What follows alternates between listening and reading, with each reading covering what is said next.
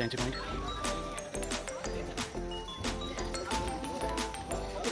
This is Totoro, so I'm checking out.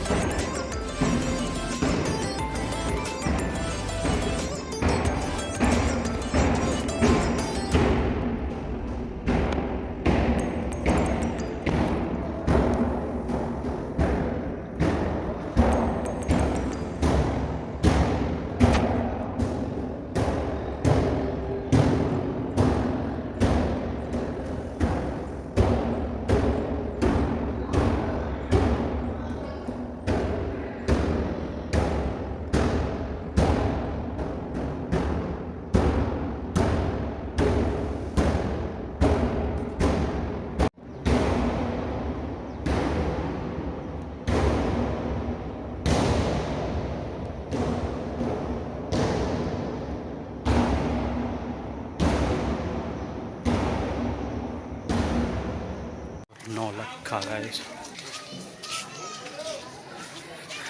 The Nolakha इसे कहते हैं नौलखा मंदिर।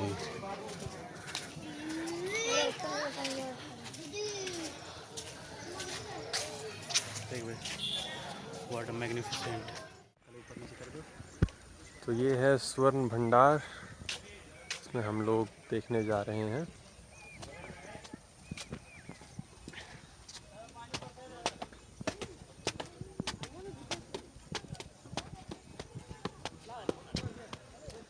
यहाँ से जगह को देखना है बाबू। ये जगह का नाम बोला जाता है सोन भंडार, लेकिन टूरिस्ट लोग आते हैं तो कहते हैं कि सोना का भंडार है। तो सोन का शुद्ध हिंदी होता है सुरंग, टनल, गुफा। तो जहाँ से आपका गर्म पानी कुंड का झरना बह रहा, उसी की जस्ट बगल से 565 सीढ़ी तक ऊपर जाएंगे तो एक व्यवहारगिरी पर्वत है। उसी व्यवहारगिरी पर्वत के जैसे बगल में सप्तर्णी गुफा और पिपली गुफा। तो जब भगवान बुद्ध को कुशीनगर में मृत्यु हुआ था तो 3 महीने के बाद 500 बौद्ध भिक्षुओं के साथ प्रथम बौद्ध संगीति सभा राजगीर सप्तर्णी गुफा के ऊपर में हुआ था और बौद्धों का पवित्र पुस्तक लिखा गया था। सुपिटक, विनय पिटक, अभिधम, मतलब त्रिपिटक की रचना मुनि कैसव जी के द्वारा की गई। तो उन गुफाओं से लेकर इन गुफाओं का अंडरग्राउंड संबंध रास्ता बताया गया। तो इसी दरवाजा के पीछे जैन मुनि गौतम स्वामी भी तपस्या करते थे। तो राजा बिंबिसार का बेटा अजातशत्रु पैसे के लालच में राजगद्दी के कारण अपना पिता को झूले वाली कारागार में बंदी बनाकर मार डाले थे। उनकी धर्मपत्नी रानी कौशल्या ने गुस्से में आकर सारा धन संपत्ति किसी गुफा के प्रांगण में जैन मुनि गौतम स्वामी को दान देने के लिए आए थे। लेकिन वो तो साधना कर रहे थे, उनको धन का जरूरत नहीं था। वो अपनी तपस्या के बल पे पत्थरों की चट्टानों से दरवाजे को बंद कर दिया गया।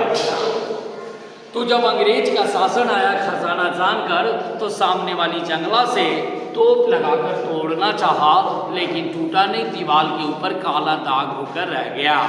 उसी समय भारत का प्रथम वैज्ञानिक डॉक्टर जगदीश चंद्र बसु ने जब गर्म पानी झरना को टेस्ट लिया तो ऐसा अनुमान हुआ कि इस पहाड़ के भीतर में काफ़ी विस्फोटक पदार्थ है, जैसे लोहा, गंधक, आयरन, सल्फर की मात्रा है।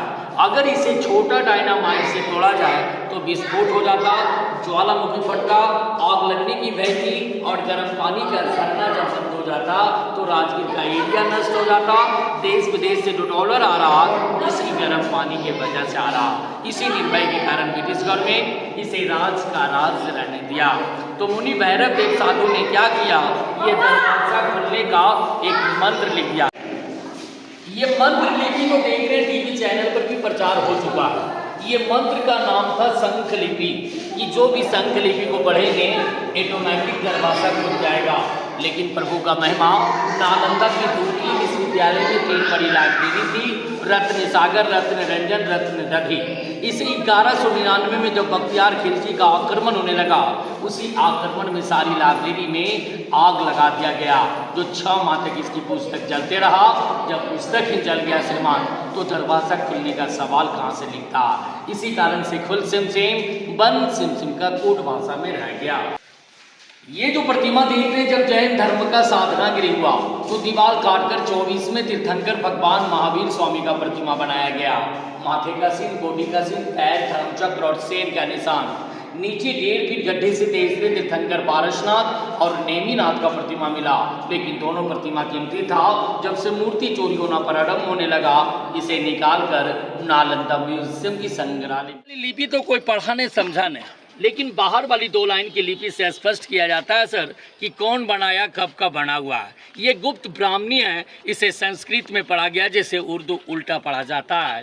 निर्माणा लाभाए तपस योगे शुभ गुहे अरहर प्रतिमा प्रतिशत है। आचार्य मुनि भैरव देव 3rd% एडी। एडी का मतलब होता है आफ्टर क्राइस्ट। 1700 साल पूर्व मुनि भैरव देव साधु ने पहाड़ काटकर 2 गुफाओं का निर्माण किया और दीवालों पर तीर्थंकरों का प्रतिमा बनाया। उसी तीर्थंकरों में 23वें तीर्थंकर, इनके माथे पर 7 फन का निशान था, ये भी मुस्लिम बख्तियार खिलजी ने नष्ट किया। ऊपर में छोटे छोटे कड़ी का निशान, लेफ्ट और राइट साइड पिलर, जो छज्जेदार मंडप था, जो सभा मीटिंग होता था, लेकिन 1934 की बिहार भूकंप में टूट गया। तो भारत सरकार सुरक्षा हेतु ईंट, प्लास्टर, चूना और पेरिस से इसे मरम्मत। ये जो प्रतिमा देख रहे सर, ये देखने में तो जैसे लग रहा है आपका अशोक चक्र, लेकिन ये जैन धर्म चक्र है। अशोक चक्र में 24 तीलियां होते हैं, जैन धर्म चक्र में 32 तीलियां होते हैं। एक रानी चेलना का फिगर पूजे के हाथ में थाल लेकर किसी मंदिर की ओर प्रतिदिन पूजा करने के लिए जा रही थी। कुछ लिपि ऊपर भी पाया गया बाबू, कुछ इस दीवार पे, कुछ इस दीवार पे, कुछ गेट के पास। ये शंख लिपि है। शंख लिपि की पढ़ाई आज तक नहीं हुआ। बगल वाली गुफा में आइए, बगल वाली गुफा में आ जाइए। ये गुफा जो देख रहे हैं डबल स्टोरी, ये जंगल झाड़ी मिट्टी नालंदा की तराई जैसा ढका हुआ था। एशिया महादेश का 2 चाइनीज विद्यार्थी थे, फॉयान ह्वेनसन साहब जब भारत भ्रमण की, उनकी डायरी की रिपोर्ट पर इसकी खुदाई 1904-05 में किया गया तो डबल गुफा मिला, एक पत्थर का और एक ईंटे का। लेकिन 1934 की बिहार भूकंप में टूट गया। जब इसकी पत्थर बाहर किया गया तो ऊपर से एक गरुड़ भगवान विष्णु का भी प्रतिमा मिला।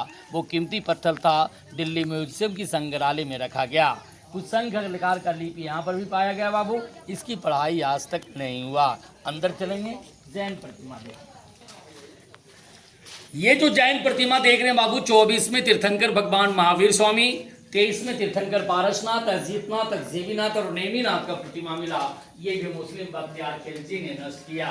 तो पुराना राजगीर आपका बसाया गया बस स्टैंड के पास, जो अजातशत्रु किला मैदान के नाम से जाना जाता है। तो राजगीर का ओल्ड नाम बोला गया गृहवर्ज। गृह का मतलब होता है पहाड़, वर्ष में वासी। तो राजगीर 5 पर्वतों से घिरा हुआ है। प्रथम आपका हो गया बीपलाचल, दूसरा रत्नागिरी, तीसरा उदयगिरी, चौथा सोनागिरी और 5वां वैभारगिरी। ये 5 पहाड़ियों से राजगीर घिरा हुआ है। इसमें सोना चांदी रहता तो अंग्रेज सरकार इतना बेवकूफ नहीं था। गया से कुडरमा रेलवे लाइन बिछाया, 7 पहाड़ काटकर बॉम्बे बिछाया। तो ये पहाड़ काटने में क्या था, और नोटिस बोर्ड पर साफ लिख देता स्वर्ण भंडार, लेकिन सोन भंडार लिखा। ये कहानी है बाबू। मेरा नाम है Ravishankar Upadhyay. So this is the Jarasandh का khada guys, and see him. He'll collect some soil from here. And it is raining. See guys. See.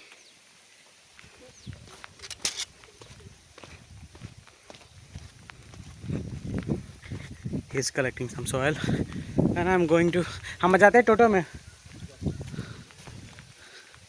चालू हो गई है।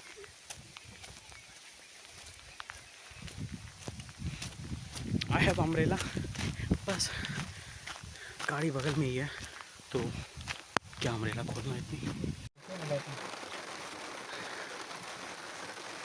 सो इट्स बीन प्रीटी। बारिश आ गई।